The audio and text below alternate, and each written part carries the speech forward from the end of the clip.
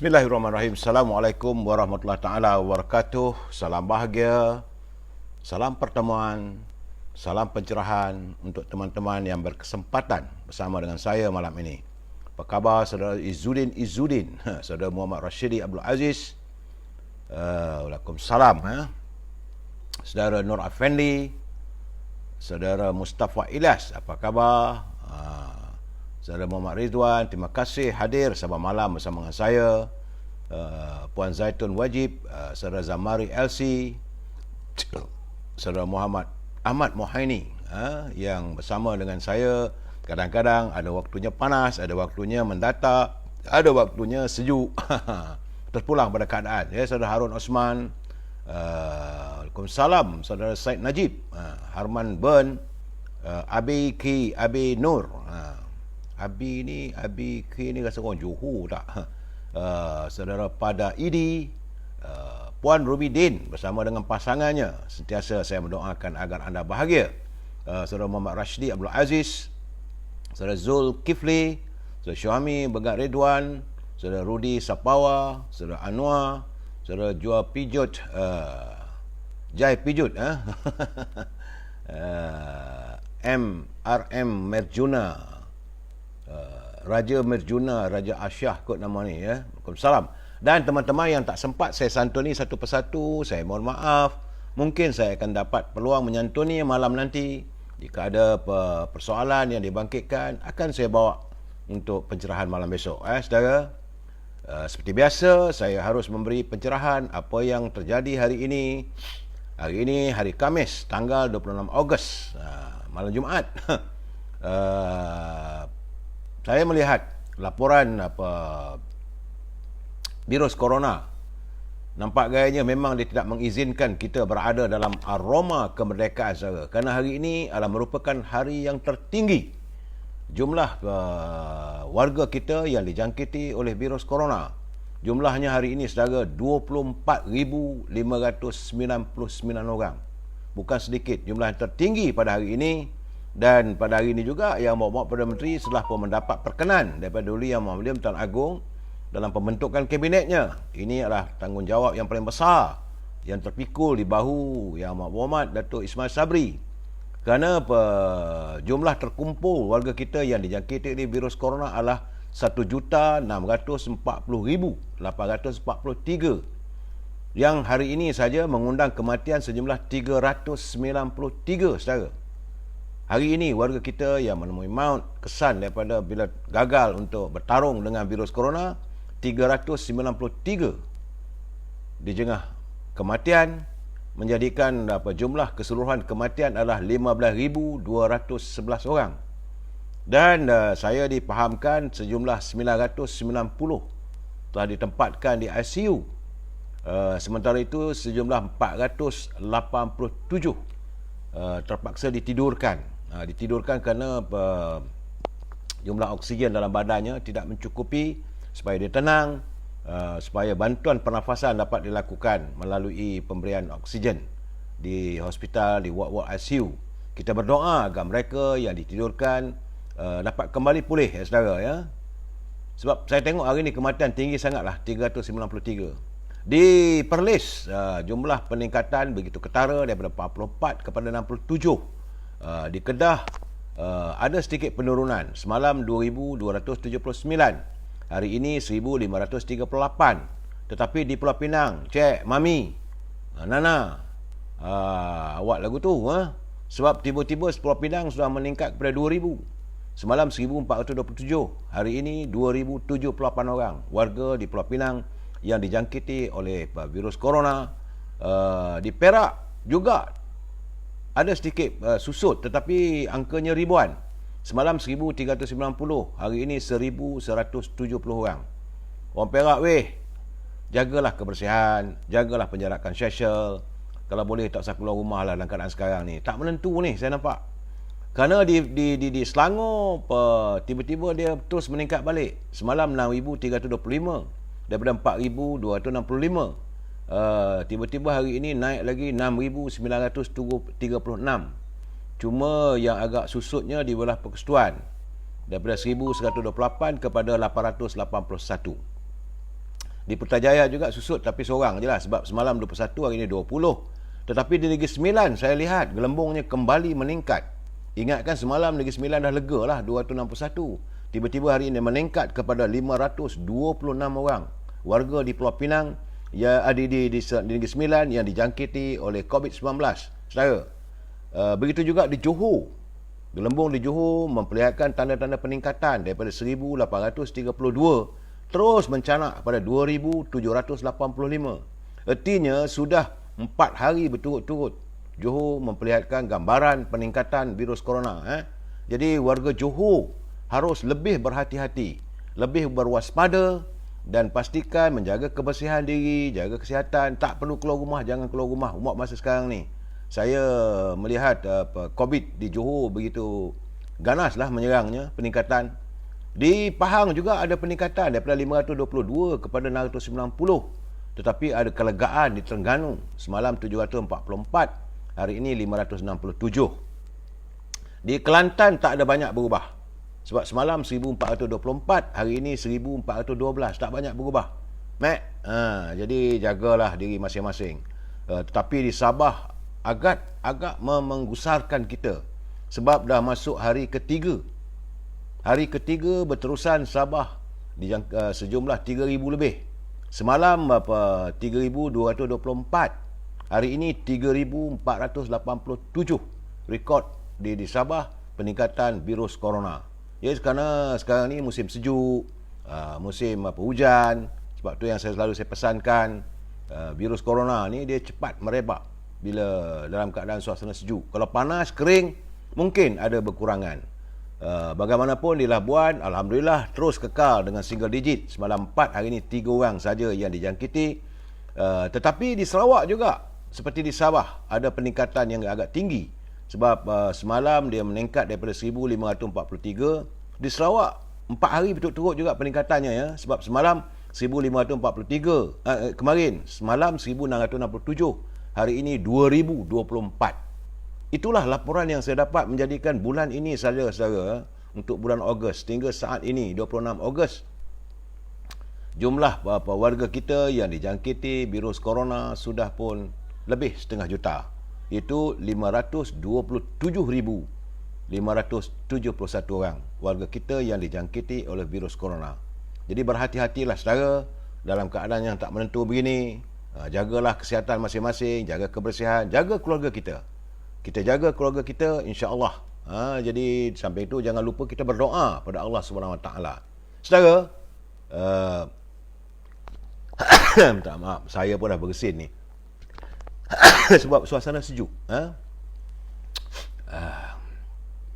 Kita masuk bahagian tazkirah yang singkat, berhubung dengan pemimpin dan pembantu yang jujur. Kerana daripada Aisyah radhiyallahu anhu, ia berkata, Rasulullah SAW bersabda, apabila Allah menghendaki kebaikan pada diri pemimpin, maka Allah akan menjadikannya menteri atau pembantu yang jujur.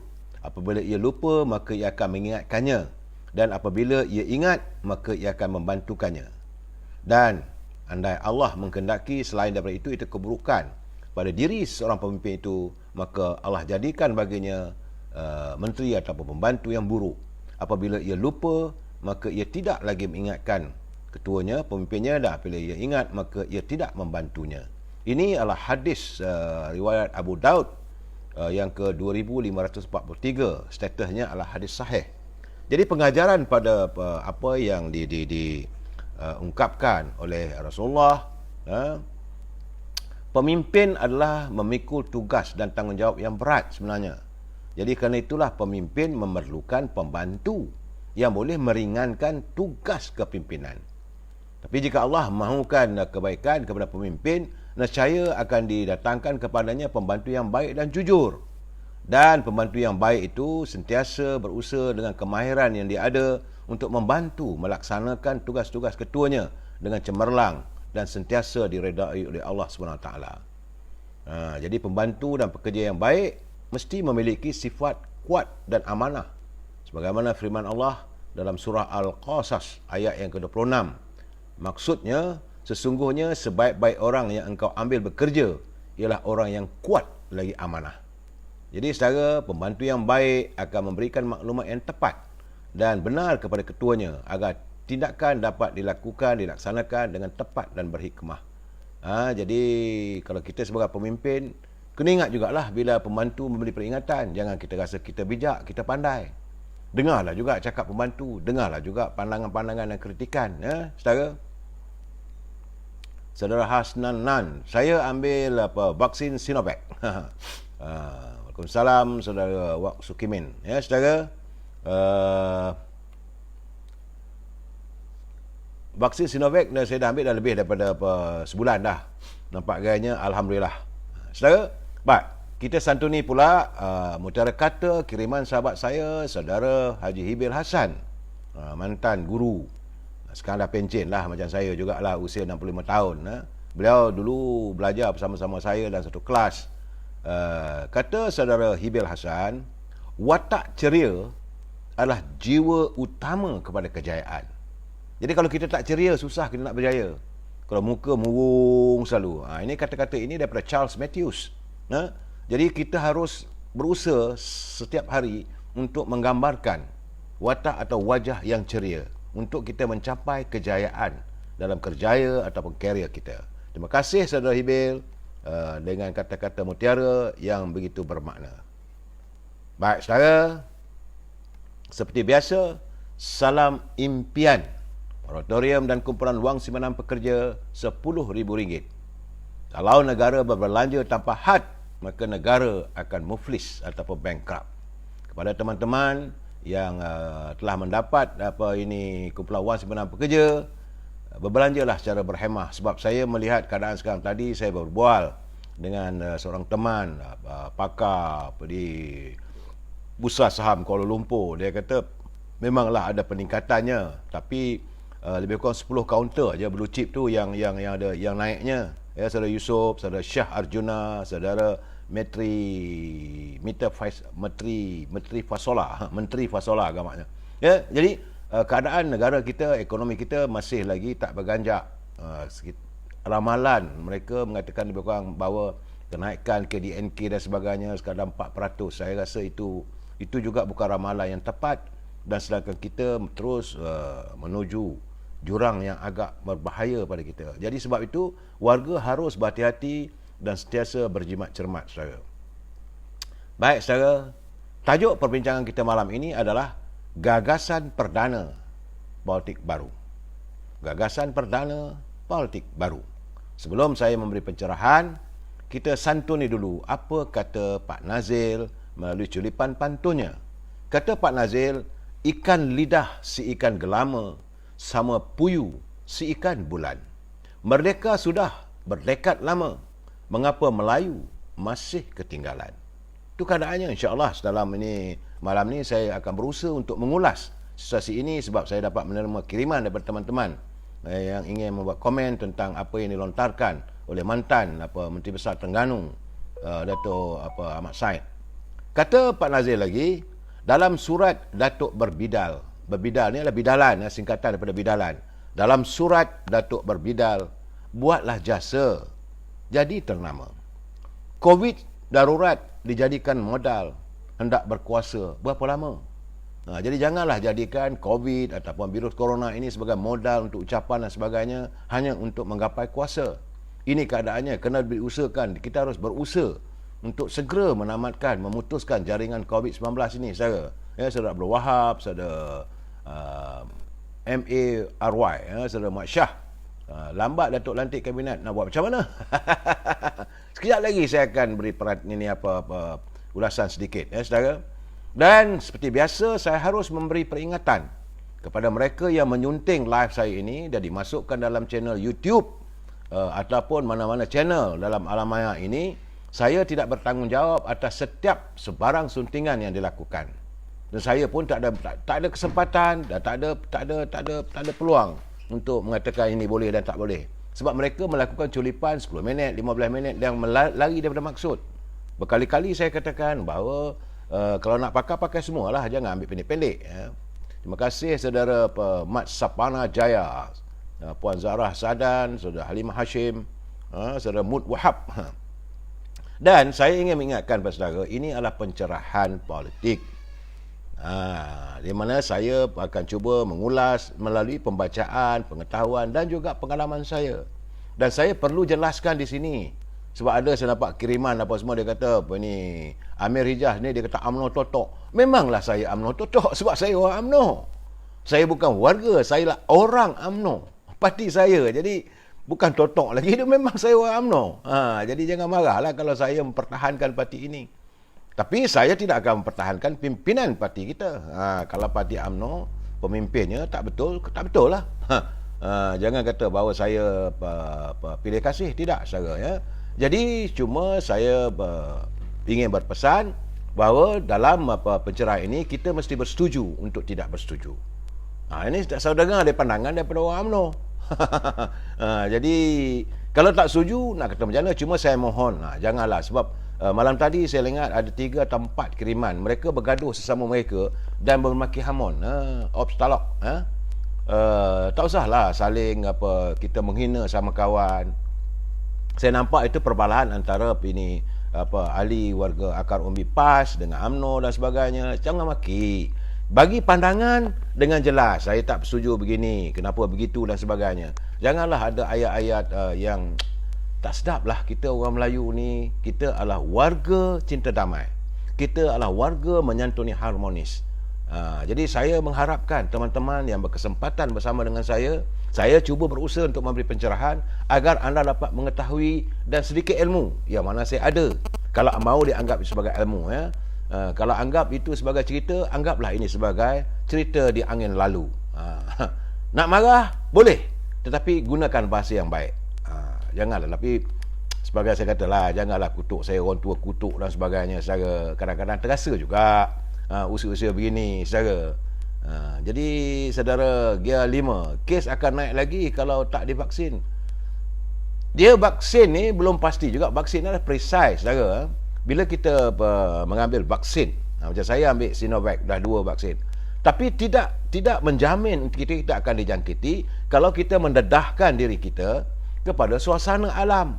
Kita pergi keluar, kita berjumpa dengan orang, kita bebas bergerak sana sini, masuk kedai kopi, masuk restoran, makan, tak ada menjaga penjalatan sosial, tidak membuat pelitup muka, dan bila keluar daripada restoran itu, balik ke rumah tak cuci tangan ataupun tak mandi, tak bersihkan diri. Mestilah benda ini anda akan dijangkiti, sebab tidak ada jaminan mereka yang mengambil vaksin ini terhindar 100%. Pakar yang membuat vaksin ini pun tidak menjamin. Ini adalah sebagai usaha. Dan kita amat mengharapkan, sebab itu saya bersetuju dengan pandangan Datuk Lokman Adam. Saban malam dia menjerit supaya Ketua Pengarah segera mencari apakah ubat yang terbaik untuk kita ambil jika sesiapa yang dijangkiti oleh virus corona, sama ivermectin ke apa saja, tak kisahlah. Tapi jangan hanya bergantung kepada vaksin. Dah cucuk vaksin, doa. Ini macam ada satu peristiwa Rasulullah dengan sahabatnya. Bila tengok sahabat itu menunggang kuda, bila sampai berjumpa dengan Rasulullah, dia pun ambil kuda, dia lepas begitu. Sedangkan itu kuda yang terbaik. Jadi Rasulullah kata, tambatlah kuda kamu. Dia kata, tak tawakallah Rasulullah. Dia kata, tak boleh lah, kena ikatlah kuda kamu tu. Itu maksudnya, tajam pandangan perhatian Rasulullah. Jadi begitu juga kita, dah kita ambil vaksin, kenalah jaga penjarakan sosial, kena jaga kebersihan. Jangan berartinya dah cucuk vaksin itu, mana kita rasa kita bebas. Bukan.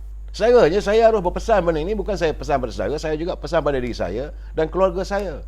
Vaksin bukan jaminan anda tidak dijangkiti oleh virus corona. Sebab itu kita mengharapkan Ketua Pengarah kena cari jalan, cari usaha apa saja ubat. Kalau mereka yang dijangkiti, segera, tak kisahlah ambil ivermectin ke apa sajalah.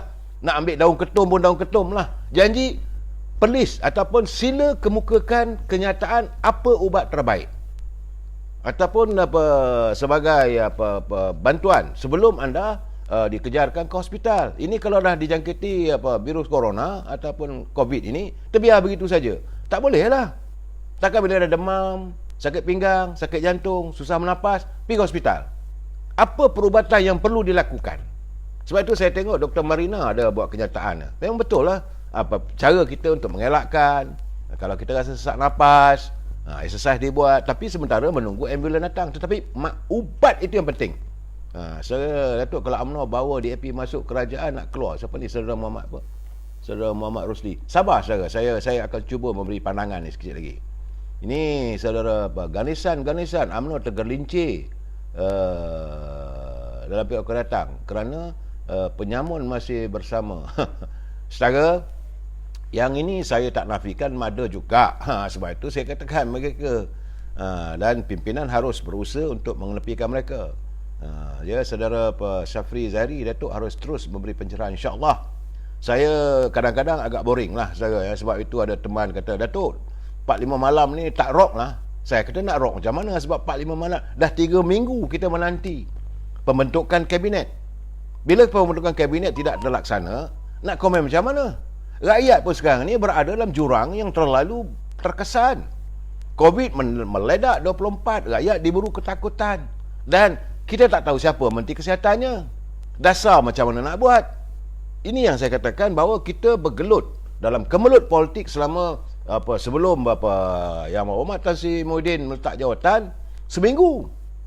Ya tak ya, berhenti tak berhenti apa semua. Jadi kaki tangan kerajaan pun tak tahu, tak menentu. Kemudian beliau pun mengambil keputusan berhenti. Kemudian siapa pula penggantinya? Seminggu pula lagi. Tunggu seminggu. Orang kata begini, kata daripada Datuk Seri Anwar Ibrahim, kata ada Tengku Razali Hamzah, kata ni Datuk Ismail Sabri, kata ni Syamuddin Tun Sin On. Maka bergelulutlah keadaannya. Akhirnya lepas seminggu barulah Duli Yang Maha Pertuan Agong memutuskan calon yang dikenal pasti, yang direstui dan mendapat ini perkenan Duli Yang Maha Mulia mengikut sistem undian di kalangan ahli-ahli parlimen adalah Datuk Ismail Sabri. Selepas Datuk Ismail Sabri dilantik, dah seminggu pula lagi kena tunggu tentang pembentukan kabinet. Betul. Yang Berhormat Datuk Ismail Sabri, dia mempunyai dekri kuasa sebagai Perdana Menteri. Sekarang nak diaju pada siapa? Dia pun tengah pening kepala nak memikirkan tentang siapa nak calon ni.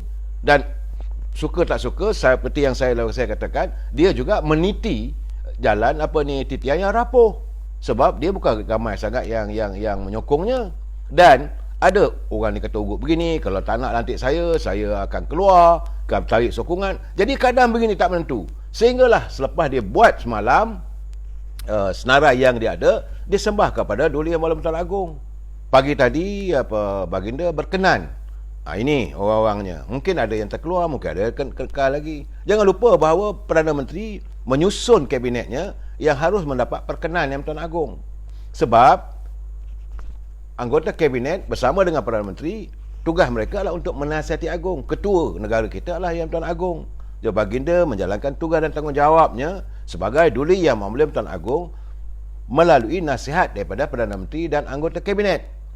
Jadi pagi tadi Yang Berhormat Datuk Ismail Sabri berangkat pergi ke Kuantan menghadap Agong. Kemudian nak balik pun tak boleh bekerja sebab Tengku Permaisuri pula dia nak meraihkan Perdana Menteri yang baru, ajak makan sekali, makan tengah hari. Jadi Tengku Permaisuri Azizah makan bersama untuk meraihkan istana, meraihkan Perdana Menteri baginda yang baru. Kemudian makan, mana boleh lepas makan terus belah begitu aja. Mungkinlah ada perbincangan. Mestilah ada amanat-amanat yang diutarakan oleh Duli Yang Maha Pertuan Agong. Allah, apa hal pula ni? Aduh. Dah saya punya. Aduh, hai. Apa hal komputer saya jam saya. Jadi hai. Macam mana nak buat ni? Sekejap saudara. Jadi dalam keadaan begitu, perbincangan dilakukan, barulah bawa balik ke Kuala Lumpur. Jadi sampai Kuala Lumpur sepatutnya petang tadi diumumkan. Jadi takkanlah dalam keadaan tergesa-gesa, kena buat tag ucapan. Jadi akhirnya dipersetujui besok. Besoklah jam 11 pagi Yang Berhormat Perdana Menteri akan mengumumkan senarai barisan kabinetnya. Sekejap saudara, jam komputer saya jam. Apa hal pula ni? Okey. Jadi dalam keadaan begitu saudara, saya merasakan bahawa kabinet malam besok pagi akan dibentangkan, kita tak tahu. Tapi kita mengharapkan supaya gagasan perdana politik baru ni dapat terlaksana, saudara. Saya suka nak memulakan dengan menyantuni pandangan saudara Mat Salleh Jaafar. Dia hantar kiriman kepada saya, dia kata yang ada duit daripada kumpulan Semenanjung Pekerja tu, okeylah dia kata. Tapi macam mana pula kami setengah-tengah rakyat yang tak ada kumpulan wang Semenanjung Pekerja, yang tak ada pekerjaan, yang kerja kampung, yang kerja sebagai pemandu teksi, sebagai petani, sebagai nelayan, sebagai peladang. Ini sebab tu sekarang ni nak buat macam mana? Sebab pembentukan kabinet belum lagi. Dan katalah pagi besok yang Perdana Menteri mengumumkan barisan kabinet, masih belum lagi boleh buat bekerja sebab dia kena angkat sumpah dulu. Dan angkat sumpah akan terlaksana pada hari Isnin, saudara. Lepas hari Isnin barulah dia masuk pejabat, baru dia akan panggil dia punya KSU, pengarah-pengarah, barulah dia akan menceritakan dasar dia nak buat macam mana. Dan sampai hari Isnin, lepas hari Isnin dah angkat sumpah, dah bincang apa semua, dah dapatlah dia punya roadmapnya. Kemudian tunggu hari Rabu, sebab barulah kabinet pertama bermesyuarat untuk menentukan dasar. Jadi saya melihat sekurang-kurangnya kena tunggu sampai hari Khamis. Sebulan, saudara. 1 bulan genap, rakyat terus berada dalam keadaan yang tertekan. Saya tidak yakin kalau lantik Perdana Menteri Menteri Kewangan yang baru, dia kata terus buat dasar. Tak boleh lagi. Mesti ada perbincangan dan sebagainya. Jadi saya kata asyik meeting ajalah. Ya saudara Mat Salleh Jaafar, jangan marah nak buat macam mana.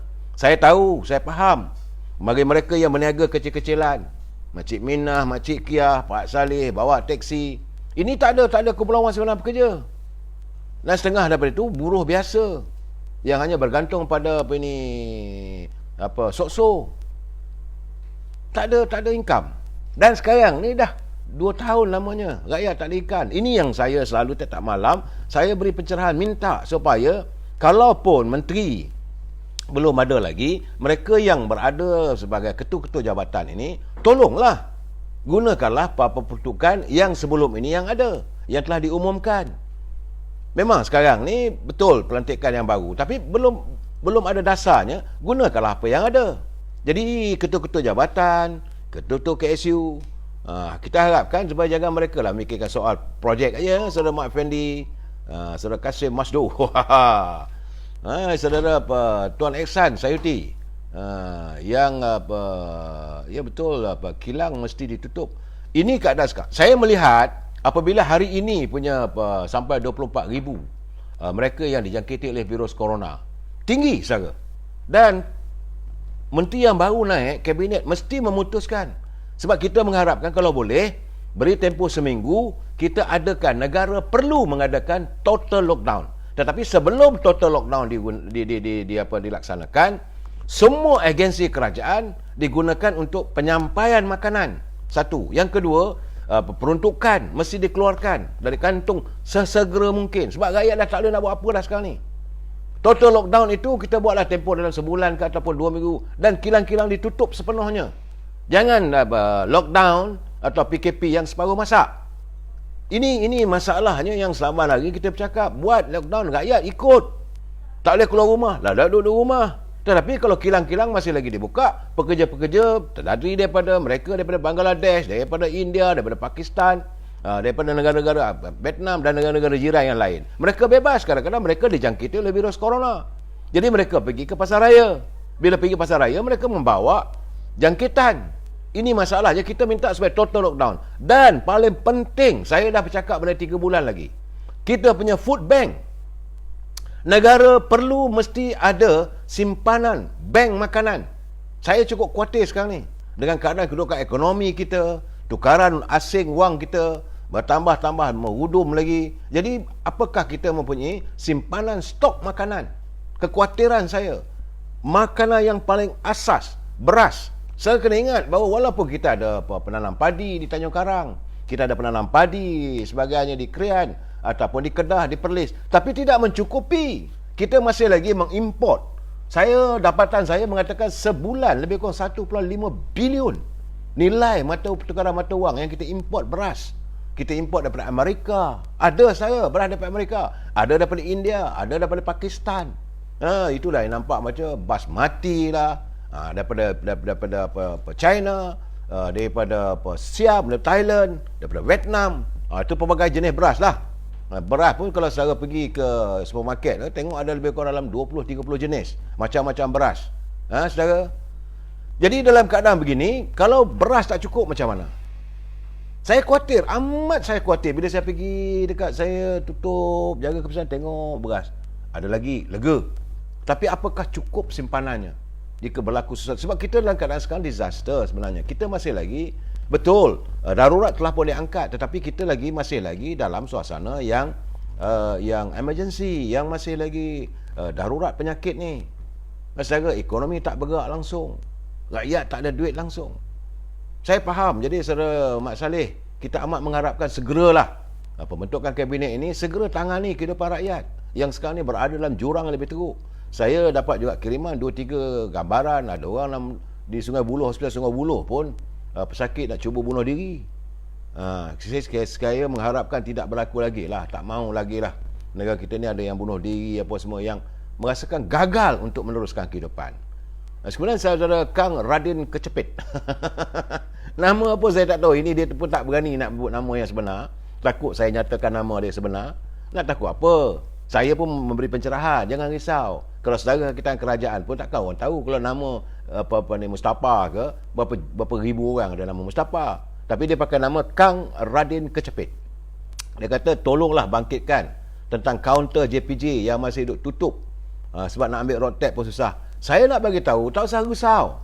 Sebab keadaan sekarang ni, dapatan saya bahawa cukai jalanan, dia punya road tax tu, pencetak belum lagi dapat memberi bekalan yang cukupnya. Jadi sebab itu kaunter-kaunter di JPJ masih lagi ada yang ditutup, ada yang dibuka. Jadi kalau saudara ditahan oleh pihak polis, pihak penguasa, yang paling penting saudara ada dia punya insurans. Itu paling penting. Dan kalau road tax tak ada, tu cakap saya dah beli insurans, saya nak ambil, saya berkeyakinan lah anggota pasukan pihak polis, mereka juga ada bertimbang rasa, mereka tahu keadaan. Cuma yang saya harankan, sekarang ni menteri tak ada. Sepatutnya ketua pengarah JPJ buatlah satu hantaran kepada pihak polis mengatakan bahawa asalkan ada insurans, bolehlah walaupun mereka tak ada road tax, kerana untuk masa ini pelekat cukai jalan ini masih belum memenuhi semuanya. Sebab pergi pejabat pos, kata saudara Kang Radin, dia kata JPJ masih duk tutup, nak ambil road tax. Pergi pejabat pos lagi teruk, dia kata ada temu janjinya tapi hampir. Jadi sampai bila macam ni? Ini keadaannya saudara. Saya memahami. Saya sendiri pun ada juga keluarga saya yang keretanya, cuma saya kata beli insurans. Ini insurans paling penting, sebab jika berlaku kemalangan dan sebagainya, soal tuntutan. Kalau berlaku kemalangan, maut, kemalangan kereta langgar orang, maklum sajalah dalam keadaan tak menentu ni, tiba-tiba kita terlanggar kereta orang, kereta Mercedes ke, kereta BMW ke. Kalau kita tak beli insurans, kita lah kena memikulnya, membayarnya. Jadi insurans tu maka dia boleh claim atas insurans kita. Dia ada juga dia punya insurans, ada insurans first party, third party dan sebagainya. Asalkan saudara ada membeli insurans. Jadi sementara menanti road tax ini siap, bekalan pelekat road tax itu siap, maka masih lagi boleh bawa kita tu. Jangan risau. Saya kalau polis tahan mana road tax, cakaplah tak ada, nak buat macam mana? Bukan saya tak pergi. Saya betul, saya ada lesen, saya ada insurans, saya ada. Itu menunjukkan bahawa kita ada niat untuk membeli road tax, sebab road tax lebih murah daripada insurans. Kereta kalau bawah 1600cc, 1300cc tu cuma RM90 je. Insurans yang mahal ni, yang 1300, 1400. Jadi saya berkeyakinan anggota pasukan polis mereka lebih bertimbang rasa, tambah-tambah dalam keadaan sekarang ini, saudara ya. Kemudian saya juga menerima pandangan daripada saudara Muhammad Yong. Dia kata salam tok, dia kata terima kasihlah kerana tidak jemu-jemu memberi pencerahan politik. Jadi kerana untuk menyenangi hati rakyat. So dalam PRU akan datang, katanya pandangannya apa yang nak dilihat adalah agar pimpinan kerajaan tidak membuat kesilapan. Jadi bukan lagi sekadar gagasan dan idea-idea yang menggunung yang sukar digapai. Itu kata Saudara Muhammad Yung. Benar. Jadi kita mengharapkan besok pengumuman menteri-menteri besok tu hendaklah mereka kena sedar diri. Jangan diulangi kesilapan masa silam. Jangan menjadikan rakyat berada dalam kurungan yang tidak menentu. Mereka sebagai menteri kena ingat ada tugas dan tanggungjawab yang paling besar yang terpikul di bahu. Untuk kali ini anda menjadi menteri bukan zaman dulu-dulu, bukan yang terdahulu sebelum PRU 14 dulu. Bolehlah jadi menteri itu, sedaplah. Segalanya tersedia dan masalah tu boleh selesaikan. Sekarang ini masalah sudah tersedia. Tiap-tiap menteri yang akan diumumkan besok, bila dia angkat sumpah saja hari Isnin, dia kena ingat bahawa dia berada di lapangan yang penuh dengan 1001 masalah yang dia harus menangani. Dia kena bertanggungjawab. Bukan boleh senang-senang lenang begitu ya. Saudara Muhammad Yung, terima kasih atas pandangan. Kerana jeda waktunya sebagaimana kata Perdana Menteri, 21 bulan kita akan mengadakan pilihan raya umum. Saya pun seriau juga. Apakah UMNO mampu untuk menebus kembali kekalahan musim pilihan raya 14? Tapi kalau tengok keadaan sekarang ni, kalau tengok perangai setengah pemimpin UMNO ni, saya kata sukar. Sebab mereka tidak menyantuni dah dapat jadi wakil rakyat, bukan jaga kawasan, pergi mengampu Perdana Menteri dengan mengharapkan dapat dilantik, dapat jadi menteri, dapat jadi timbalan menteri. Apakah nak jadi jumlah anggota kabinet yang ramai lagi? Nak kekal dalam GSC dan sebagainya. Jadi mereka mementingkan diri mereka. Sedangkan rakyat kehausan pimpinan di peringkat akar umbi. Itu saudara ya. Jadi malam ini agak boring sedikit sebab saya nak beri penjelasan ada 2-3 perkara. Itu tentang ini saudara ni mana ni? Saudara Ujang Nikmat. Saudara Ujang Nikmat dia minta saya pencerahan. Saya minta saudara supaya ini faham apa maksud dan sebagainya. Dia kata bahawa untuk perbincangan malam ini, dia kata eloklah saya menjelaskan tentang apa yang dimaksudkan sebagai bipartisan administration, iaitu pentadbiran bipartisan. Kerana dia kata kalau kita tersalah, menurut saudara ini Ujang Nikmat, tersalah langkah yang amat Perdana Menteri, maka kita akan kehilangan jati diri, kehilangan hak keistimewaan kita. Sebab bipartisan ini adalah seolah macam campuran antara sebab all this while selama hari ini kita warga bangsa Bumiputera Melayu ini adalah dominan dalam penentuan hala tuju negara. Sebab kita dominan dalam politik. Tapi bila ada bipartisan ni, kita akan mengundang mereka-mereka yang bukan daripada keturunan Melayu ni, tentulah mereka akan mengutamakan tentang untuk nasib warga mereka.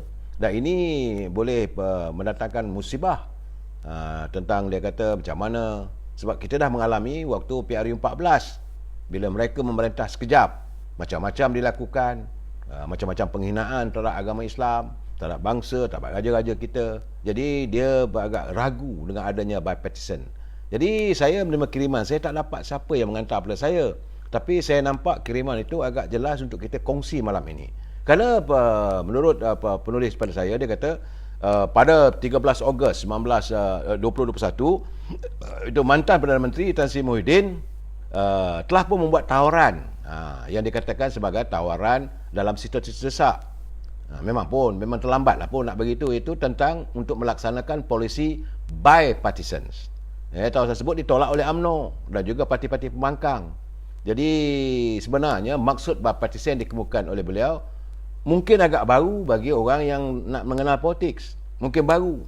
Sebabnya bipartisan itu adalah istilah dalam bahasa Inggeris yang menerangkan tentang polisi politik dalam negara. Sebenarnya ia bahasa Inggeris saudara. Kita kena faham ya. Bipartisan dalam bahasa pengertian bahasa Melayu ialah dui partisan, namun ia belum popular. Iaitu macam seolah perkongsian kuasa, tapi bukan perkongsian kuasa. Jadi istilah asal adalah bipartite yang bermaksud involving or made by two separate parties. Jadi dua parti yang berbeza ini membuat satu keputusan yang sama. Ini berlaku, bipartisan ini berlaku di Amerika. Ini berlaku di England. Jadi dua buah parti. Macam di Amerika dia antara Demokrat dengan Republikan. Jadi bila nak tubuh begitu, akhirnya macam apa, tak bergaduh lah. Itu maksudnya. Begitu juga apa yang berlaku di England, antara parti Labour Party dengan parti Konservatif. Dua parti yang berbeza, tapi mereka menjurus kepada bipartisan. Tapi tidak boleh dilakukan di Malaysia. Malaysia ni partinya banyak, dah 20 buah parti ni. Jadi dia tak sama macam unity government. Tak sama dengan kerajaan unity government ataupun kerajaan campuran ataupun kerajaan penyatuan. Tidak. Macam di Indonesia, Jokowi dilantik presiden yang kalah bertanding dalam pilihan raya presidennya sebagai Menteri Pertahanan. Jadi dia mengambil lawan dia tu duduk dalam kerajaan dia. Dan ini yang dirisaukan oleh teman-teman kita ni, apakah Yang Amat Berhormat Datuk Ismail Sabri akan mengundang daripada DAP untuk duduk dalam kerajaan. Itu mungkin kalau bipartisan tak boleh. Saya kata tak akan berlaku begitu. Cuma kerjasama yang dimaksudkan, yang diharapkan oleh Duli Yang Berhormat Tuan Agong adalah menyantuni sesuatu masalah supaya bersatu hati. Maksudnya sekarang ni kita berhadapan dengan COVID-19. Jadi semua pimpinan parti hendaklah bersatu hati menyelesaikan masalah ini. Tapi kepimpinan masing-masing, siapa tulis dia tak nampak, saya tak dapat nak baca lah saudara. Pendek BKC dia tu, BKC ini bantuan ini COVID ini memang kita akan tekan rakyat didahulukan. Betul, kita mengharapkan, tapi sekarang ni tak boleh nak buat apa saudara. Tetapi dalam bipartisan ini subjeknya untuk mewujudkan satu dasar yang ataupun kabinetnya di kalangan pembangkang tak ada. Kita di Malaysia ni pembangkang tetap pembangkang sebab masing-masing ada ideologinya. Macam sekarang ni, sedangkan UMNO dengan PBM pun bertelagah, UMNO dengan PAS pun bertelagah, apatah lagi nak mengundang pula DAP duduk dalam tu, bercempera jadinya saudara. Jadi itu keadaan sekarang. Sebab itu saya juga itu sekadar sepintas lalu lah ya saudara. Nak cerita satu persatu ni boring pula saudara. Sebab dia kata tak rock. Ambil ketua tempat sangat dekat. Nak ambil ketua pun tak boleh. Tak rock brother, tak rock. Kemudian saya juga benarlah apa yang sedang diumumkan oleh Yang Amat Berhormat Datuk Menteri Besar Selangor. Saya orang UMNO, dia daripada Parti Keadilan. Tapi kalau dia punya tindakan tu betul, kita kata betul. Dia kata dia tak mahu lagi dah di Selangor bahawa orang politik ini mengadakan ceramah-ceramah agama di masjid-masjid ataupun di surau-surau. Selepas COVID apa semua nanti, dia tak mengizinkan dah. Jadi biarlah orang agama menyelesaikan masalah agama. Ini yang sepatutnya berlaku begitu. Dan sebenarnya kita kena berpegang kepada ulama tidak boleh mendatangi umara. Biarlah umara mendatangi ulama. Maksudnya ulama yang tahu tentang agama apa semua, dia tak ada terhege-hege nak jumpa dengan pemimpin politik. Orang pemimpin politik menjumpai ulama. Dan biarlah orang yang betul-betul pakar tentang agama ini memberi ceramah, memberi penjelasan. Kalau tak nanti kelang kabut. Saya bukan nak kritik saya. Kadang-kadang saya mungkin marah pada saya, tapi saya kadang-kadang ada juga penonjolan. Seolah-olah mereka itu begitu tawaduk apa semua. Saya tengok tak seronok lah sebenarnya. Jadi saya harap pimpinan daripada PAS, sahabat kita, dapat menegur lah kumpulan unit amal, ada gambar dalam internet, solat dalam air, kan benda macam tu saya rasa lah, pandangan saya. Nak solat tu bolehlah solat, takkan ada tempat lain. Kenapa mesti dalam air? Apakah memang boleh kan? Tetapi saya nampak lepas tu hari ni keluar pula semayang tepi laut dan sebagainya, atas pasir. Jadi tertil kita untuk solat ini bagus. Untuk mengajak anak muda sentiasa sujud pada Allah SWT, bagus. Tapi bila gambaran begitu, orang nampak macam seolah-olah nak menunjuk-nunjuk. Agama bukan satu yang untuk menunjuk. Jadi sebab itu bila Datuk Amiruddin membuat penjelasan, dia mengatakan bahawa dia tak hendak orang politik memberi ceramah di masjid. Betul. Sebab bila dia datang memberi ceramah di masjid, dia akan mengutarakan ideologi politiknya dicampur adukkan dalam agama ini. Itu yang dirosak. Jadi akhirnya warga bercempera pemikirannya. Yang halal, yang haram, yang harus, cerita terus terang. Kalau yang ini pakar sejarah Islam, ceritalah kehebatan pimpinan yang terlalu. Jangan kata, dulu zaman Umar Al-Khattab, zaman Sayyidina Abdul Aziz, memerintah Islam di Madinah, hebat begini. Dan inilah yang akan kita terapkan kalau diberi kesempatan parti ini memerintah. Itu sudah ada elemen politik. Dia tak boleh, dia kena cerita apa yang Umar Al-Khattab buat. Peristiwa-peristiwa yang dialami oleh Sayyidina Umar Al-Khattab. Macam mana dia mempertahankan Islam, macam mana dia menyantuni semua, bukan hanya orang Islam saja. Orang Yahudi pun datang mengadu pada dia, disantuni. Itu yang kalau nak bagi penceramah,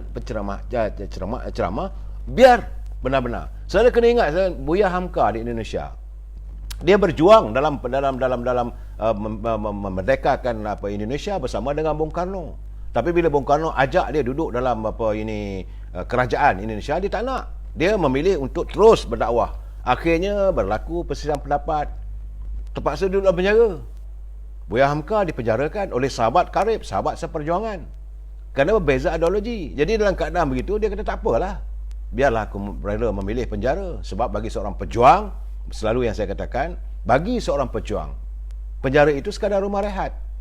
Banyak kita lihat pemimpinan pejuang-pejuang Islam, ahli fikir Islam yang akhirnya menghabiskan usianya di penjara. Jadi keadaan begitu. Jadi kita, apa yang dilakukan oleh Datuk Amiruddin, satu yang perlu kita sokong agar agama ini tidak dijadikan modal untuk politik. Kita sudah letih lah ada pihak yang menonggang agama untuk kepentingan politik mereka. Sudahlah, kita berpecah belah. Pakar agama, dia nak cerita pasal bab semayang, dia nak cerita pasal bab zakat, dia nak cerita sebab hubungan keluarga dan sebagainya. Ceritakanlah, tapi jangan ada elemen politik. Memanglah politik ni tak boleh lari. Dalam Islam dulu pun ada politik, tapi janganlah itu dijadikan sebagai unjuran politiknya. Saudara, saya agak tertarik hati dengan persoalan yang diutarakan. Ini sekitar warga UMNO perlu sedar ni, saudara. Sebab mantan Menteri Besar Terengganu, Dato' Mat Said, dia kata UMNO telah pemerintah selama 61 tahun. Benar. Yang inilah diutarakan oleh teman-teman yang saya terima. Tapi dalam 61 tahun tu, warga UMNO, pemimpin UMNO masih lagi bercerita pentingnya menjaga kepentingan hak orang Melayu.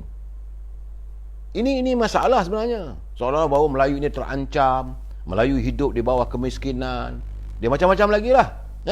Jadi betul Datuk Mat Said dia bertanya selama 61 tahun. Kena terima hakikat, UMNO merintah selama 61 tahun. Tapi bila pemimpinnya curang. Sebab saya kena ingat, sepanjang 61 tahun merintah itu, kita kena ingat Perdana Menteri datang daripada Melayu. Timbalan Perdana Menteri orang Melayu. Mereka ini memegang kuasa tertinggi dalam pentadbiran kerajaan. Semua mereka ni orang Melayu. Menteri-menteri pun majoritinya Melayu. Dan sejak tahun 1974, Menteri Kewangan orang Melayu. Dulu okeylah Tun Tan Sri Sin sebelum tu. Dan kemudian semua negeri kecuali Pulau Pinang, Menteri Besarnya, Ketua Menterinya Melayu. Ini hakikat, kena terima hakikat, saudara. Dan majoriti menteri-menteri pusat lah Melayu. Menteri yang menjaga kementerian yang penting-penting diketuai oleh orang Melayu. Cuma sekejap je tu Menteri Kewangan dipegang oleh Lim Wai Eng. Tapi selepas itu balik pada orang Melayu. Jadi daripada 222 orang ahli parlimen, 50%-nya adalah Melayu. Saudara, lebih daripada 93% pekerja jabatan kerajaan juga orang Melayu. Ini kita sementara kita nak tunggu besok punya pengumuman, kita kena kita buat koreksi diri kita. Orang Melayu. Dasar ekonomi baru adalah untuk manfaat orang Melayu. Cuma macam saya katakan, ia telah berubah kepada dasar pengeswastaan. Jadi sebab itu kita nak bertanya, apakah Perdana Menteri yang baru ini, Yang Amat Berhormat Datuk Seri Ismail Sabri, ada kekuatan, ada jati diri untuk mengembalikan semula, iaitu dasar ekonomi baru ini, untuk tidak meneruskan dasar pengeswastaan, dasar memberi kontrak, dasar menganugerah kontrak kepada kalangan kroni, dasar untuk kontrak-kontrak running terus. Apakah dia ada kekuatan dengan mesti berpaksi pada dasar ekonomi baru? Dan jangan lupa saudara, sepanjang 61 tahun kita memerintah, 80% kota tanah memang untuk orang Melayu. Tapi kenapa akhirnya mengikut kajian yang dibuat, cuma tinggal 12% saja tanah-tanah ini dimiliki orang Melayu. Tanah reserve Melayu yang tinggal 12% saja. Ini satu benda yang amat malang. Kemudian ada pula dalam tuntutan, dalam dasar kerajaan terdahulu, iaitu diskaun keistimewaan untuk orang Melayu ini, Bumiputera, untuk beli rumah dan beli saham dan sebagainya. Tapi bagaimana perkara itu boleh dirubah? Sebab itu saya tak silap saya dalam 2-3 bulan lalu saya dah lontarkan benda ni. Mereka yang menjadi esko kerajaan negeri, yang menjaga bahagian perumahan, mereka inilah yang mengkhianati perjuangan UMNO. Kerana toke-toke perumahan ni datang jumpa, ya Muhammad, tukarlah syarat ni, syarat 30% ni, sebab yang untuk orang Melayu punya ni tak ada, diorang tak ada nak beli, tak ada orang. Saya kena syarikat saya susah jugalah, tolonglah luluskan. Lulus saja baru jual. Sedangkan kalau saudara pergi ke kawasan-kawasan perumahan, contohnya mana-mana kawasan Pilihan Jaya ke, Kota Damansara ke, atau di mana-mana kawasan saudara lah, bila naik saja kawasan perumahan baru, dia sebenarnya dasar kerajaan ada 30%. Tetapi dasar ini dirombak. Dasar ini dilakukan oleh pimpinan yang tidak jujur, yang meletakkan kepentingan diri mereka. Sebab itu saya katakan, kalau ada menteri besar pun, kenapa menteri besar tak semak? Kenapa diizinkan benda begitu? Sepatutnya bila ada aduan, terus panggil esko bahagian tanah ke, esko yang jaga bahagian perumahan. Kenapa ini berlaku? Sebab kawasan-kawasan perumahan ni 30%. Toke-toke ni datang jumpa dia. Tolonglah yang Muhammad ni. Lepas tu minta pula laporan. Kaki tangan kerajaan pun sama juga. Terlibat sama. Ya Muhammad, susah nak jual apa semua. Sedangkan bila orang kita, orang Bumiputera Melayu, saya bukan resis saya. Ini soal perjuangan bangsa kita. Bila pergi saja pejabat tu minta ini nak beli rumah, dia kata dah habis. Ini yang kota Bumiputera sudah habis. Kota untuk Bumiputera dia kata dah habis. Kalau nak beli juga, belilah kota yang bukan Bumiputera dengan harga katalah 100,000 ke 200,000 ke. So, tetapi yang untuk orang Melayunya kurang daripada 30% sanialnya ke, mungkin ada nilai pembeliannya dalam, kalau 100,000 mungkin dalam 80,000 saja. Yang ini disembunyikan. Tapi bila dia jumpa balik dengan esko, tolonglah selesaikan masalah ni. Ini yang berlaku saudara. Akhirnya kawasan-kawasan perumahan, sebab itu selalu saya katakan, saudara pergi ke Petaling Jaya, saya berdirilah sepanjang deretan kedai itu. Dapatkan pada kita, tunjukkan ada satu kedai milik orang Melayu. Tak ada. Sekarang ni macam dekat Kota Damansara, berdirilah daripada ujung sini sampai ujung sana. Tak ada. Sedangkan dari si kota yang ditetapkan oleh Kerajaan Negeri Selangor adalah mesti 30% milik Bumiputera. Apakah kedai-kedai itu daripada deretan, kalau 100 kedai itu, 30 kedai itu milik Bumiputera? Tak ada. Sedangkan nilai hartanah itu tinggi. Begitu juga sama ada di Ipoh ke, di Pulau Pinang, apatah lagi, di Kedah ke, di Alor ke, di Sungai Petani ke. Kalau ada kawasan-kawasan perumahan baru, pergilah ke Bangi ke. Kita berdiri. Sedangkan kita sedih. Sebab kawasan kedai perumahan ini hartanah perniagaan milik orang lain, sedangkan ada kotanya telah dirombak. Jadi sedangkan saya tanya pemimpin UMNO, saya bersetuju. Bukan saya tak setuju, saya bersetuju. Pandangan inilah yang perjuangan kita selama hari ini. Sebab itu saya kadang-kadang tidak disenangi oleh kalangan kawan-kawan yang duduk sebagai esko. Datuk garang sangat. Saya bukan soal agak, saya nak menyatakan bahawa keadaan begini membuatkan rakyat jelek, benci dan marah. Sebab itu kita mengharapkan supaya akan datang ini, dalam gagasan perdana, itu politik baru ni, mesti ada keberanian. Yang Muhammad Datuk Seri Ismail Sabri kena ada keberanian untuk menukar mereka ni kepada yang baru. Kalau boleh ganti orang baru. Sebab yang dah berlopok apa semua, yang mengarut ni, duk pergi jumpa, membodik, nak minta dapat jawatan apa semua. Dia orang inilah yang akan mengkhianati perjuangan. Sedangkan perjuangan UMNO jelas untuk meletakkan martabat bangsa kita. Sebab kita adalah bangsa yang dominan. Tapi kenapa akhirnya kita menjadi pengemis di bumi sendiri? Berapa lama kita nak berselokar? Berapa lama nak kita nak mengutarakan kitalah pengemis, kita nak begitu, kitalah merintih. Ada babi dalan, dagang lalu nasi ditanakkan, kera di hutan disusukan, anak di rumah mati ke kelaparan. Ini hanya sekadar dendangan saja. Berapa lama orang Melayu nak berdendang begitu? Apabila adanya pemimpin yang mengkhianati. Dalam keadaan begini, sebab itu saya katakan, siapa saja pemimpin yang memperlihatkan gagasan pimpinannya untuk memperjuangkan bangsa kita, untuk memperjuangkan dasar ekonomi kita, untuk melihat warga bangsa kita kembali berdiri sama tinggi dan duduk sama rendah, Kita harus menyokong. Sebab itu saudara, kalau saya bercakap terang, semua marah. Saya beberapa kali berbual dengan Yang Muhammad Mulia Tengku Razali Hamzah. Sebab beliau adalah antara orang yang menentang dasar pensuasaan. Beliau nakkan dasar ekonomi baru. Dia kata, rosaklah negara kita ni. Kenapa ku? Kerana dia kata, dasar ni.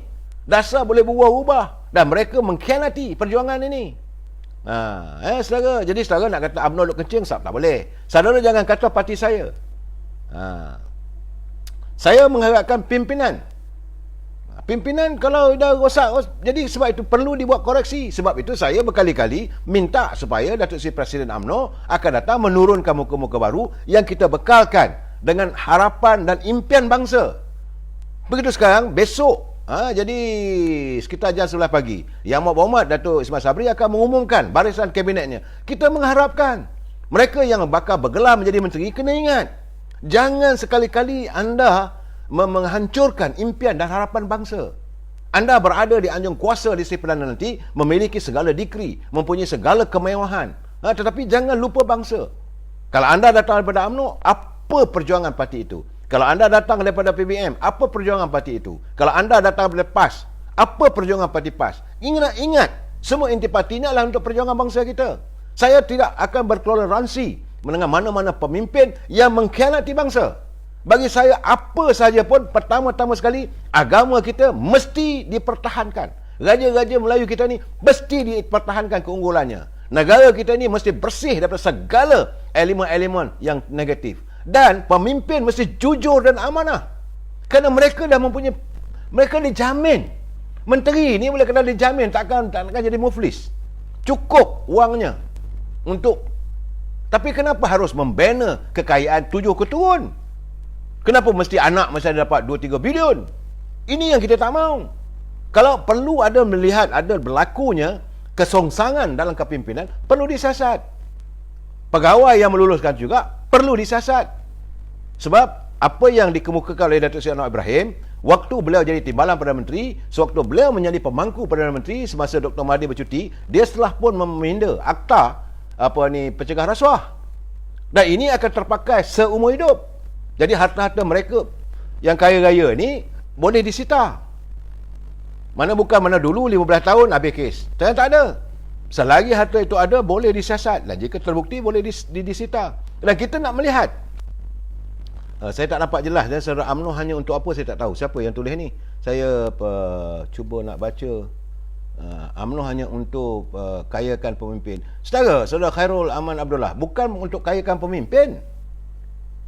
Perjuangan UMNO untuk bangsa, tapi pemimpin yang korup ada dalam UMNO. Ini perlu dibersihkan. Jadi bila nak laku pembersihan ini, pemimpin itu maka ditentang, dilawan. Saya mempertahankan Yang Muhammad Mulia Tengku Razali. Saya mempertahankan Yang Muhammad Presiden UMNO Datuk Zahid. Anda tuduh macam-macam, dia kata dia korup dan sebagainya, sedangkan masih belum terbukti bersalah. Saya mempertahankan Datuk Seri Anwar Ibrahim.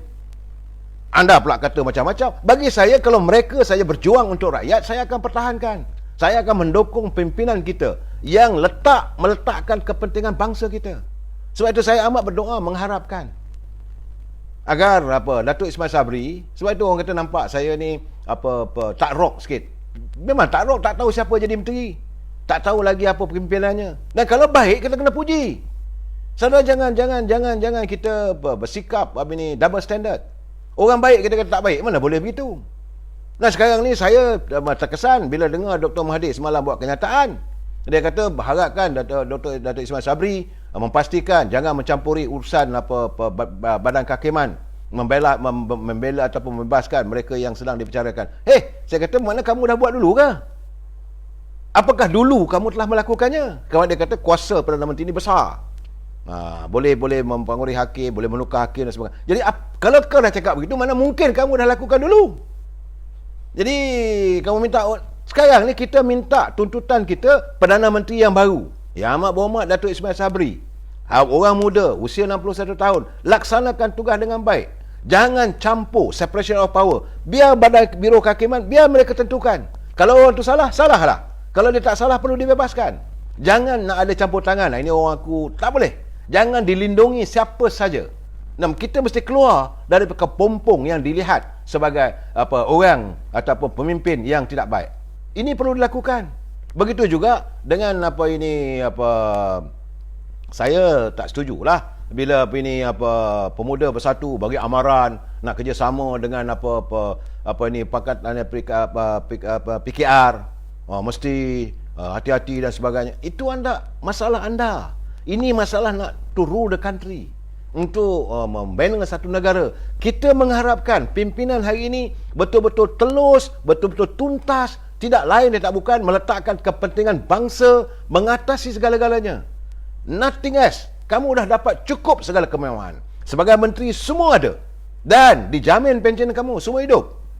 Kalau kamu mati pun isteri kamu akan dapat pension juga. Apa nak lagi? So jalankan tugas, jalankan amanah pada rakyat.